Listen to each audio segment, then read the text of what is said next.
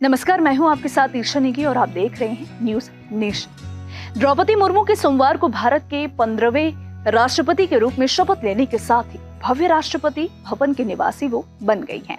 भारत के सर्वोच्च संवैधानिक पद संभालने वाली पहली आदिवासी महिला और सबसे कम उम्र के राष्ट्रपति द्रौपदी मुर्मू अब से राष्ट्रपति के अंग रक्षकों की कंपनी सहित अपने नए पते पर विरासत और शाही धूमधाम से घिरी होंगी।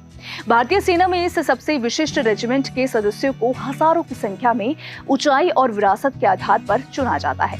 राष्ट्रपति के अंगरक्षक एक 200 की संख्या वाली मजबूत घुड़सवार इकाई है, जो सदियों से भारत के सबसे ऊपर वाले वीआईपी ब्रिटिश वायसराय से लेकर आज राष्ट्रपति को सौंपा गया है। राष्ट्रपति के अंगरक्षक अपनी बेहतरीन पोशाक में अलंकृत घुड़सवार रेजिमेंट अब औपचारिक अवसरों पर विशेष रूप से गणतंत्र दिवस परेड, जहां वो भारत के सशस्त्र बलों के सिर पर मार्च करते हैं, भारत के राष्ट्रपति के पास जाती है।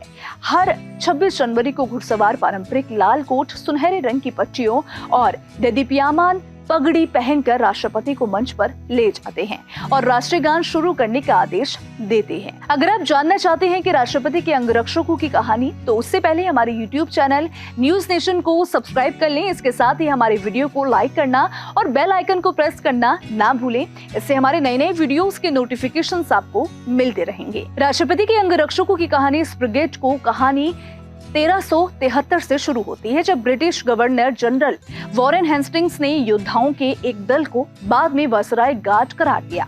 स्वतंत्रता के बाद रेजिमेंट विभाजित हो गए, क्योंकि देश भारत और पाकिस्तान में विभाजित हो गया था। दोनों देशों के बीच जब संपत्ति का बंटवारा किया गया, तो भारतीय और पाकिस्तानी दोनों अधिकारी एक अलंकृत काले और सोने की परत वाली गाड़ी चलाते थे, जो कभी भारत के वायसराय के स्वामित्व में थी। विवाद बढ़ता देख एक सिक्के को उछालकर मामला सुलझाया गया और भारत जीत गया। गणतंत्र दिवस के मौके पर घुड़सवारी की वही गाड़ी अब राष्ट्रपति को दिल्ली की सड़कों पर ले जाती है। भर्ती के लिए कौन पात्र है, ये भी हम जानेंगे, लेकिन उससे पहले वीडियो को लाइक कर दे।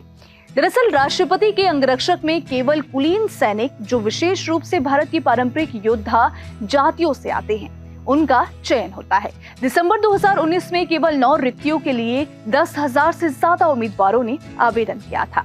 सफल उम्मीदवारों को कम से कम 6 फीट लंबा होने के साथ ही आकर्षक व्यक्तित्व भी होनी चाहिए और एक त्रुटिहीन पेशेवर प्रतिष्ठा होनी चाहिए।